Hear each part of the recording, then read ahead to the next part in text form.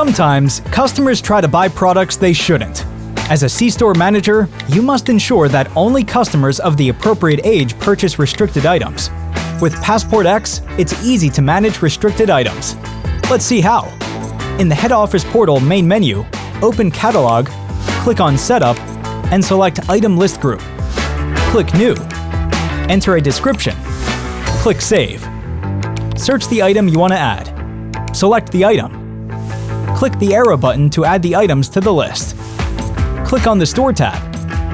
Select the stores you wish to add to the applied list. Click the green arrow to add selected stores. Click the Functions tab, then select Sale Restriction.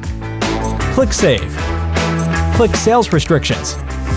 Click Insert. Name the restriction group. Select the restriction type. Select the item catalog list that applies. Enter the age limit.